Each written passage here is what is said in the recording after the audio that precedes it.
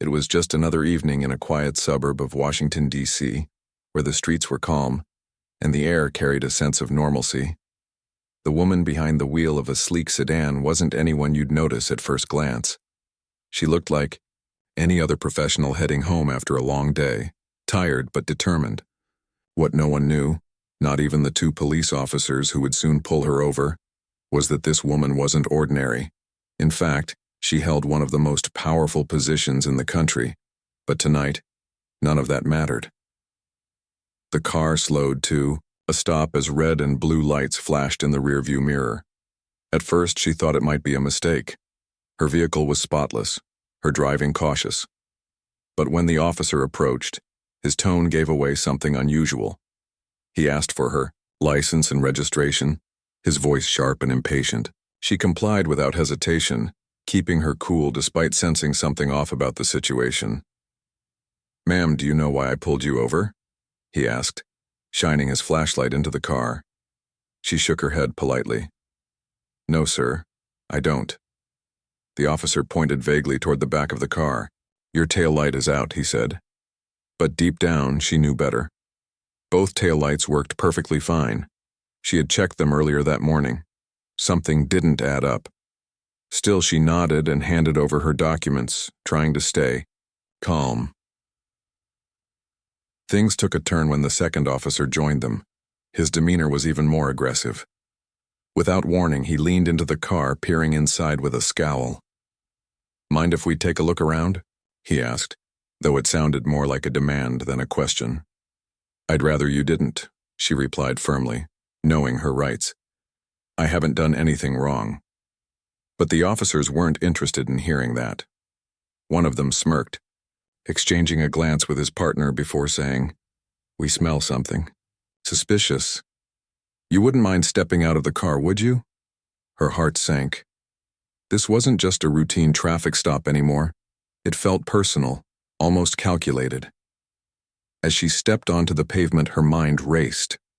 Why were they singling her out? Was it because of how she looked? Or was there something bigger going on here? The search began quickly, with the officers rummaging through her belongings. Every item they touched felt like an invasion, a violation of her privacy. And then came the moment that changed everything. One of the officers reached into the glove compartment and pulled out a small plastic bag filled with white powder. His face lit up with triumph as he held it up for everyone to see. "This yours?" he asked, his tone dripping with accusation. She stared at the bag in disbelief. "Absolutely not," she said, her voice steady despite the shock coursing through her veins. "That's not mine." But the damage was already done. The officers exchanged smug looks, clearly pleased with themselves. They started reading her rights, slapping handcuffs on her wrists as if she were some hardened criminal. All the while, she couldn't shake the feeling that this was all part of a plan. A deliberate attempt to frame her for something she hadn't done. What the officers didn't realize was that their victim wasn't just any woman. Hidden beneath her composed exterior was someone who had spent years navigating the complexities of law enforcement and government systems. Someone who understood exactly how these games were played and how to fight back. Before getting into the car, she had activated a recording app on her phone. Every word, every move, every accusation was being captured. She may have been standing there in handcuffs, but she wasn't defeated yet. Not by a long shot. As the patrol car sped away from the scene, she sat quietly in the back seat, replaying the events in her mind. Who were these officers working for, and why had they targeted her specifically? Whatever the answers were, one thing was certain. This wasn't going to end the way they expected. Little did they know, they had just picked the wrong person to mess with. The ride to the police station felt endless. Sitting in the back of the patrol car, hands cuffed behind her back, she stared out the window at the blurry streets passing by. Her mind was racing, trying to piece together what had just happened. It wasn't just about being framed for something she didn't do, it was the way it had been done. The officers hadn't hesitated, hadn't faltered. They acted like they'd done this before, like they were confident no one would question them. But they underestimated who they were dealing with. When they arrived at the precinct, things moved quickly.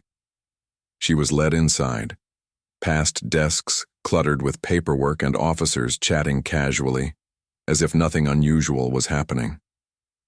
No one seemed to bat an eye as she was brought in, a black woman in handcuffs accused of possessing drugs. To them it probably looked routine, just another arrest. But she knew better. This was anything but ordinary. They placed her in a holding cell, cold and sterile, with metal benches bolted to the floor. For a moment she sat there quietly, letting the gravity of the situation sink in.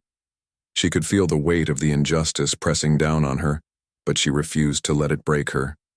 Instead, she focused on what she needed to do next. She glanced around the room, looking for cameras or anyone watching closely. Then, using her shoulder to nudge her phone slightly out of her pocket, still recording, she tapped out a quick text message using voice-to-text technology. Her assistant's name popped up on the screen, and within seconds the message was sent. "I need you to contact the Department of Justice and the FBI immediately. Tell them I've been detained under false pretenses. Send them everything." Her assistant wouldn't waste time asking questions. They knew better than that. Within minutes, calls were being made, emails sent, and people mobilized. High-ranking officials began receiving alerts about what was happening.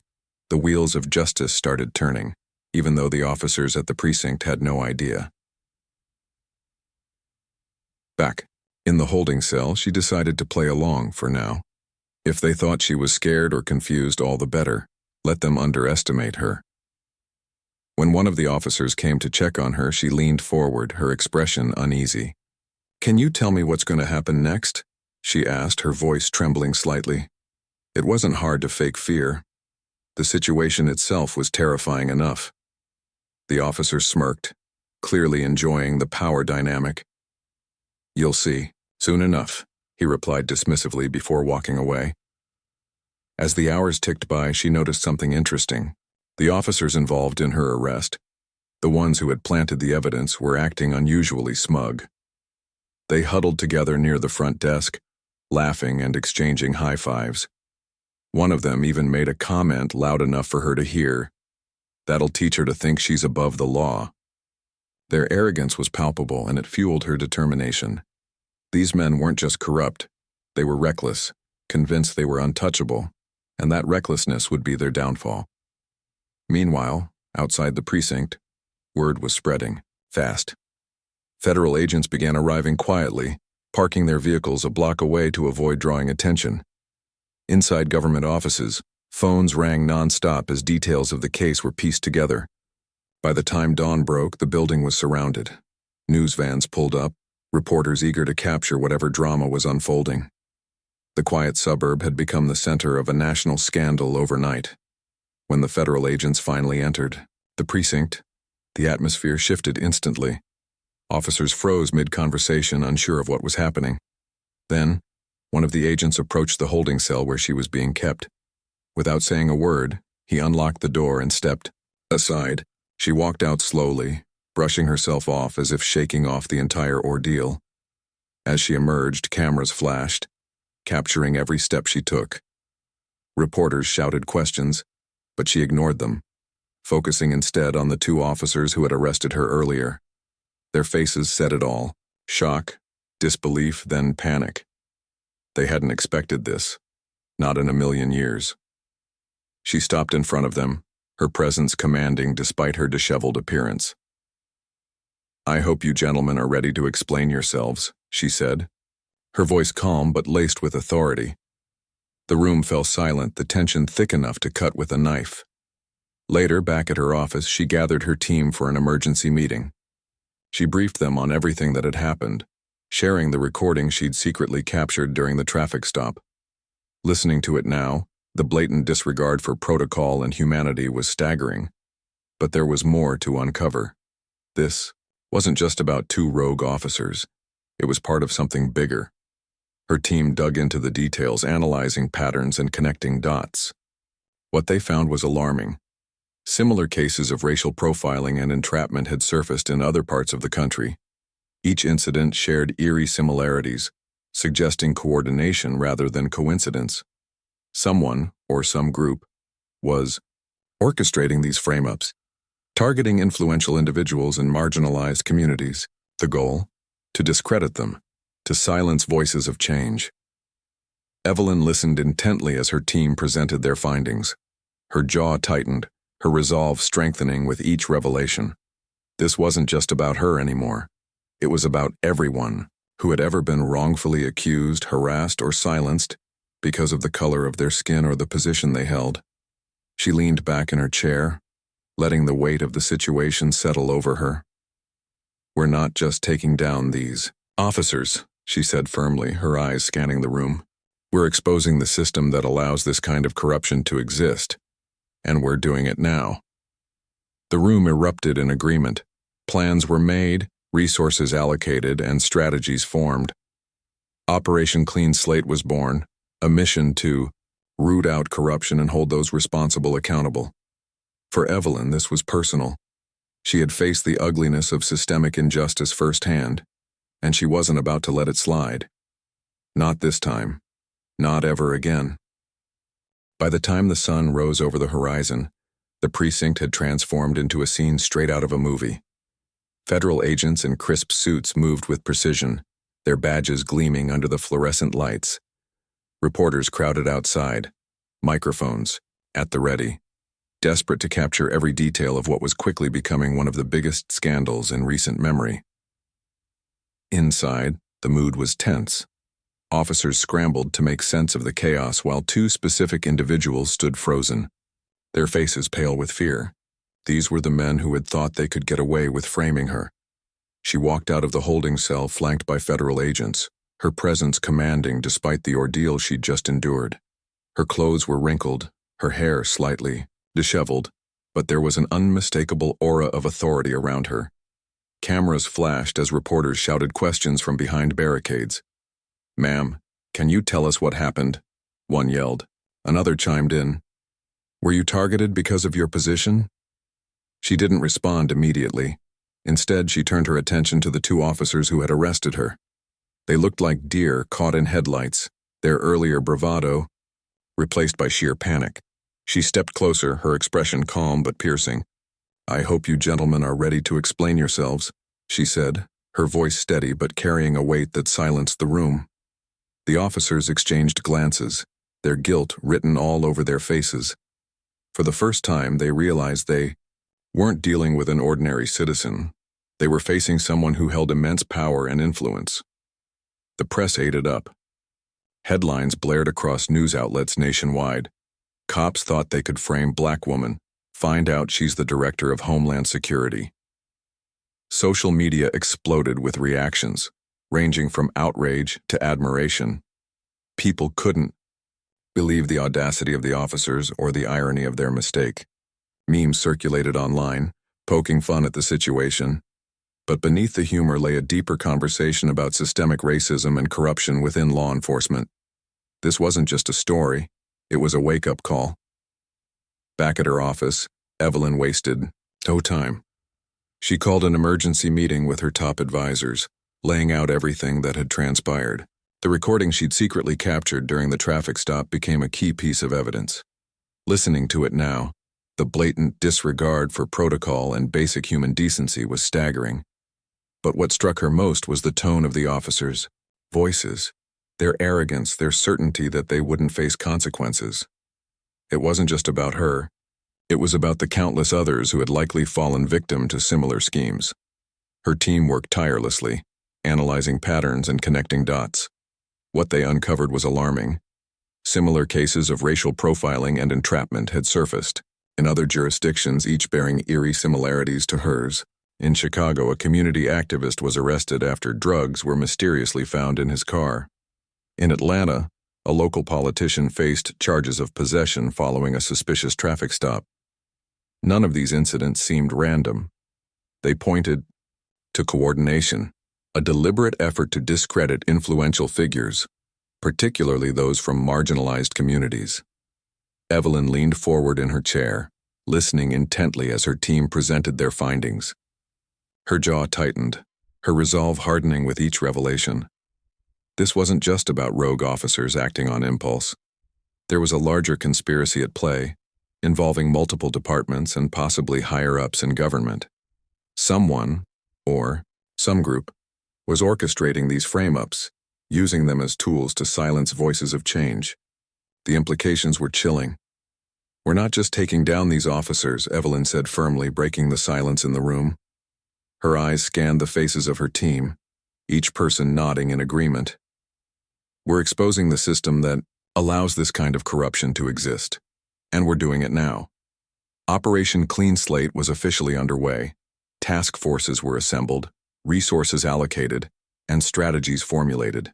Investigators combed through phone records, financial, transactions, and surveillance footage, searching for any clue that might lead them to the masterminds behind the operation. Cybersecurity experts monitored encrypted communications, looking for digital breadcrumbs left by the conspirators. Every lead was followed, no matter how small, because Evelyn knew the truth was hiding somewhere in the shadows. As the days passed, progress was made, but challenges remained. Resistance came from unexpected places. Some politicians tried to downplay the scandal, dismissing it as an isolated incident. Others outright denied its significance, accusing Evelyn of exaggerating the issue for political gain. But she refused to back down. If anything, the pushback only fueled her determination. She gave interviews, spoke at press conferences, and addressed the public directly, urging people to demand accountability and transparency. Her message resonated deeply. Grassroots movements sprang up across the country, organizing protests and rallies to support victims of police misconduct. Hashtags like Justice for All and Expose the Truth trended on social media, amplifying the voices of those who had long been ignored. People shared their own stories of being wrongfully accused or harassed by law enforcement, creating a powerful collective narrative that demanded action. Amidst the whirlwind of activity, Evelyn took a moment to reflect. Despite the exhaustion and stress, she felt a strange sense of clarity. This ordeal had tested her in ways she never imagined, but it had also reaffirmed her purpose. She hadn't risen to her position by accident. She had earned it through years of dedication, resilience, and an unwavering commitment to justice. Now, more than ever, she understood the importance of using her platform to fight for those who couldn't fight for themselves. One evening, as she sat alone in her office reviewing case files, her assistant knocked softly on the door. "Ma'am, we've got something," he said, handing her a folder. Inside were transcripts of intercepted messages between the rogue officers and an unknown contact referred to only as Ghost. The name sent a chill down her spine. Whoever Ghost was, they were clearly pulling the strings, orchestrating the entire operation from behind the scenes. Evelyn closed the folder, her mind racing. This was it, the breakthrough they'd been waiting for. But tracking down Ghost wouldn't be easy. They operated in the shadows, leaving behind little trace of their existence. Still, Evelyn wasn't deterred. She had faced impossible odds before and come out on top. This time would be no different. With renewed focus, she prepared for the next phase of the operation. The stakes were higher than ever, but so was her resolve. She knew the road ahead wouldn't be easy, but she also knew one thing for certain. She wasn't going to stop until justice was served, not just for herself, but for everyone who had ever been wronged by a broken system. The investigation into Ghost turned into a high-stakes game of cat and mouse. Evelyn's team worked around the clock, piecing together fragments of encrypted messages, financial records, and surveillance footage. Each clue they uncovered seemed to lead to more questions than answers. Who was this person, or group, pulling the strings? How deep did their influence run? And why had they chosen her as a target? At first, Ghost appeared to be nothing more than a shadowy figure lurking in the background. Their communications were cryptic, filled with code words and vague references that made it nearly impossible to pinpoint their identity. But Evelyn wasn't one to give up easily. She pushed her team harder, demanding every resource available to crack the case wide open. Slowly but surely, patterns began to emerge. One breakthrough came when cybersecurity experts traced an IP address linked to one of the intercepted messages. It led them to an abandoned warehouse on the outskirts of town, a place so remote it felt like it belonged in a different world altogether. The building looked like something out of a horror movie, crumbling walls, shattered windows, and graffiti covering every surface. Yet there was something about it that felt sinister, almost alive. Evelyn decided she needed to see it for herself. Despite protests from her advisors, who argued that sending her into potentially dangerous territory was too risky, she insisted on leading the operation. "This isn't just about me," she told them firmly. "It's about sending a message that no matter how powerful or hidden someone thinks they are, justice will find them." The raid was planned meticulously.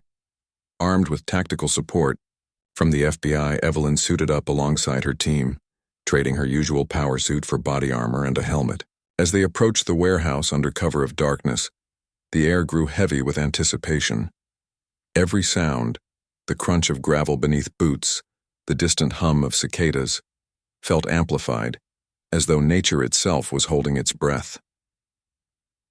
When they breached the facility, what they found inside sent chills down everyone's spines. Stacks of documents lined rickety shelves, detailing plans to target influential figures across the country.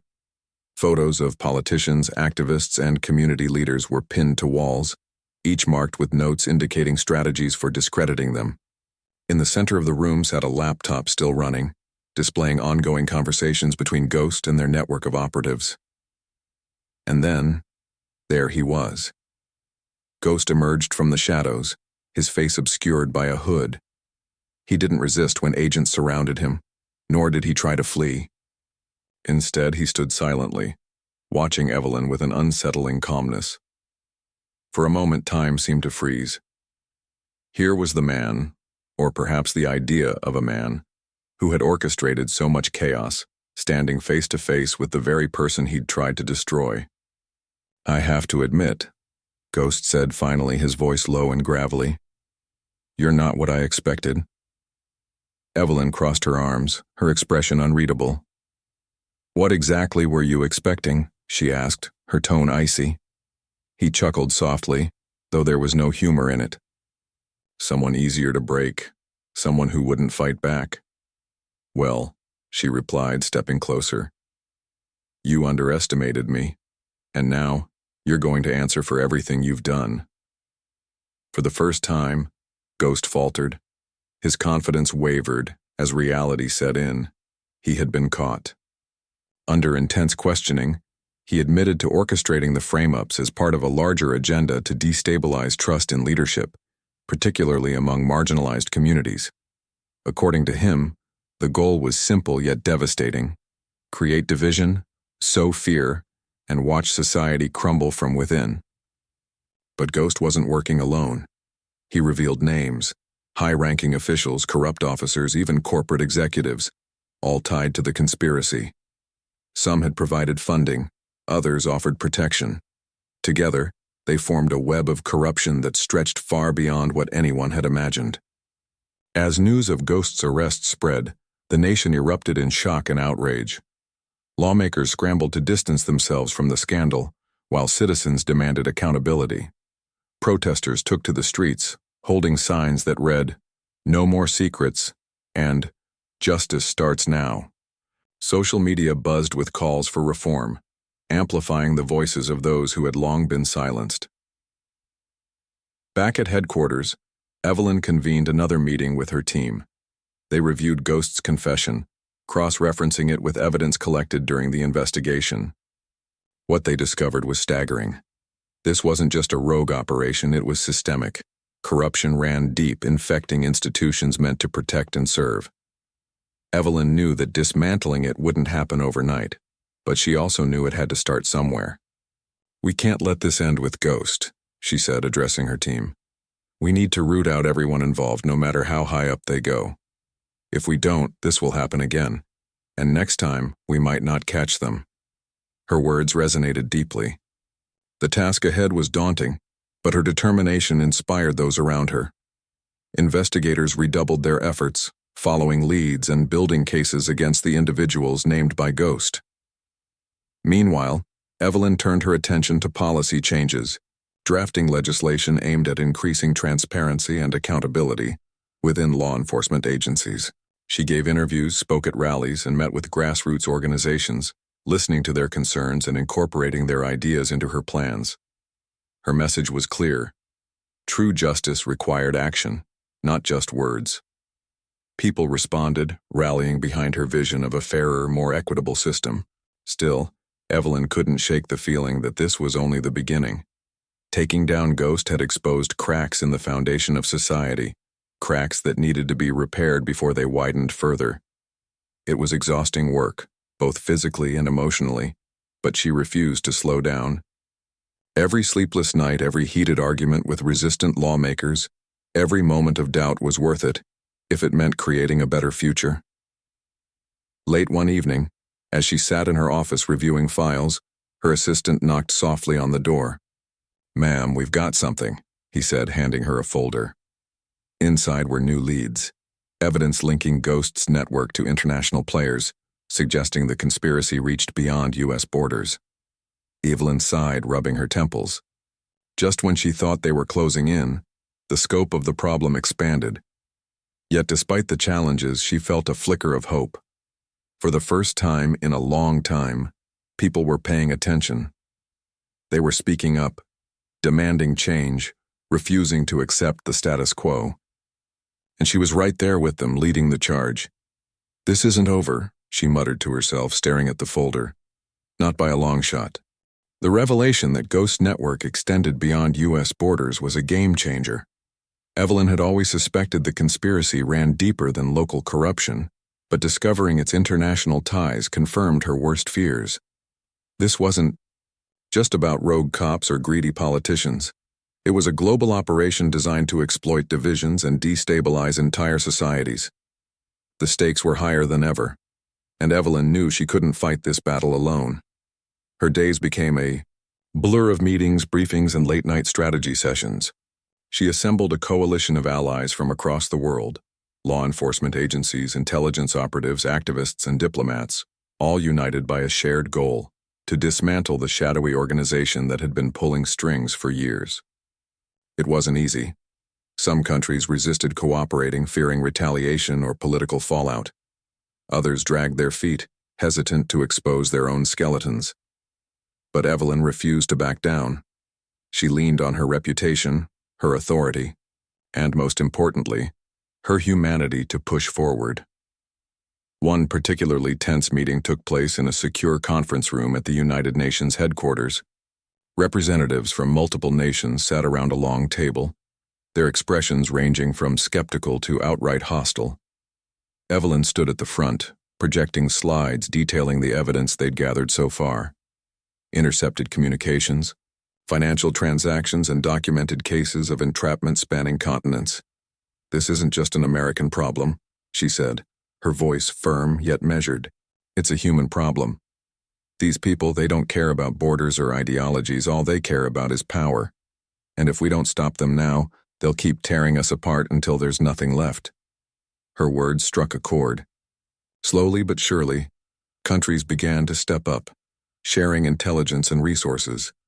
It was messy, complicated work, but progress was being made. Teams of investigators fanned out across the globe, following leads and building cases against key players in the conspiracy. Each arrest sent shockwaves through the network, forcing those still at large to scramble and cover their tracks. But unraveling such a vast operation came with risks. Threats poured in daily: anonymous emails, ominous phone calls, even physical intimidation. One night, as Evelyn returned home from another grueling day, she noticed something odd about her apartment. The door was slightly ajar, and when she stepped inside, it was clear someone had been there. Drawers were pulled open, papers scattered across the floor. Nothing valuable was taken. It wasn't a robbery. It was a warning. For a moment, fear crept in. What if they came after her family? Her friends? The thought of putting anyone else in danger weighed heavily on her shoulders. But then she remembered why she was doing this. Not just for herself, but for everyone who had ever been wronged by systems built to protect only a select few. Giving up wasn't an option. Instead, she doubled down. Security measures were tightened. around her home and office. Armed guards accompanied her everywhere she went. Yet, despite the precautions, she refused to let fear dictate her actions. If anything, the break-in only strengthened her resolve. They could try to intimidate her, but they couldn't silence her. As weeks turned into months, the pieces of the puzzle started coming together.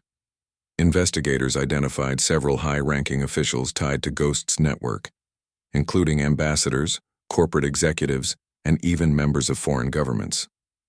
Arrest warrants were issued, assets frozen, and public pressure mounted. Media outlets around the world covered every development, shining a spotlight on the corruption that had festered unchecked for years. But perhaps the most surprising twist came during a routine interrogation of one of Ghost's operatives. A mid-level operative desperate to cut a deal revealed the existence of a secret summit, a gathering of the conspiracy's top leaders scheduled to take place in a remote location overseas. It was their chance to strike a decisive blow. Evelyn wasted no time. Coordinating with international partners, she orchestrated a joint operation to raid the summit. Dozens of agents from various countries converged on the site, working seamlessly, despite language barriers and differing protocols. When they stormed the facility, they found exactly what they were looking for: a group of powerful individuals sitting around a table, discussing plans to escalate their campaign of misinformation and division. The arrests made headlines worldwide. For the first time, ordinary citizens saw the faces behind the corruption, the men and women who had manipulated events from the shadows. Public outrage reached a fever pitch, fueling demands for accountability and reform. Governments were forced to act, passing sweeping legislation aimed at increasing transparency and protecting whistleblowers. Activists seized the momentum, organizing rallies and campaigns to ensure the changes stuck. Yet even as victories piled up, Evelyn remained grounded. She knew better than anyone that dismantling a system didn't mean it wouldn't try to rebuild itself. Corruption was like a weed. It might appear gone, but its roots often lingered beneath the surface, waiting for the right conditions to sprout again. In quieter moments, she allowed herself to reflect on how far they'd come. From that fateful traffic stop to standing shoulder to shoulder with global leaders, the journey had been anything but easy. There were sleepless nights, moments of doubt, and sacrifices she never imagined making. But through it all, she held on to one truth. Justice wasn't given, it was fought for. One evening, as she sat alone in her office reviewing case files, her assistant walked in carrying a stack of folders. "We've got more names," he said, placing them on her desk. Evelyn glanced at the pile, then back at him. "How many?" she asked, already knowing the answer. "Too many," he replied with a sigh. She nodded, leaning back in her chair. The road ahead was long and the work was far from over. But as she looked out the window at the city skyline bathed in moonlight, she felt a sense of hope. People were waking up, demanding change, refusing to accept the status quo. And she was, right there with them, leading the charge. "No matter how hard they try to hide," she murmured almost to herself, "the truth always finds a way." Months had passed since the dramatic arrests at the secret summit, and the world was still reeling from the revelations. The faces of corruption, once hidden behind closed doors, were now plastered across newspapers, websites, and television screens. People couldn't stop talking about it. For so long they had suspected that something wasn't right, that the systems meant to protect them were rigged against certain groups. Now, thanks to Evelyn's relentless pursuit of justice, those suspicions had been confirmed. But for Evelyn, this wasn't just about exposing the bad guys. It was about what came next. The hard work of rebuilding trust, reforming institutions, and creating a future where no one would have to endure what she went through. She knew better than anyone that taking down corrupt leaders was only half the battle. Real change required more than arrests and headlines. It needed policies, education, and accountability. Evelyn threw herself into the task with the same determination that had driven her throughout the investigation. She worked closely with lawmakers to draft legislation aimed at increasing transparency in law enforcement and government agencies. One of her proudest achievements was the creation of independent oversight boards tasked with monitoring police conduct and investigating complaints of misconduct. These boards were designed to represent diverse communities, ensuring that voices, often ignored, finally had a seat at the table. She also championed grassroots initiatives, recognizing that real change started at the local level. Community organizations received funding to host workshops on civil rights, legal protections, and how to report abuses of power. Schools incorporated lessons on systemic racism and civic responsibility into their curriculums, teaching young people to recognize injustice and stand up against it. Evelyn believed strongly that education was key, not just for solving today's problems, but for preventing tomorrow's. Despite her busy schedule, Evelyn made time to meet with ordinary citizens who had been affected by corruption and discrimination. She visited neighborhoods scarred by years of neglect and listened as people shared their stories of loved ones lost to police brutality, dreams crushed by discriminatory practices, and lives derailed by false accusations. Each story fueled her determination to keep pushing forward, even when the weight of it all threatened to overwhelm her. One particularly moving encounter happened during a town hall meeting in a small Midwestern city. A middle-aged woman stood up, clutching a photo of her teenage son. Her voice trembled as she spoke. "They said he was dangerous," she said, tears streaming down her face. "But he was just a kid. He didn't deserve what they did to him." The room fell silent as she described how her son had been wrongfully arrested and labeled a criminal, ruining his chances of finishing school or finding a job.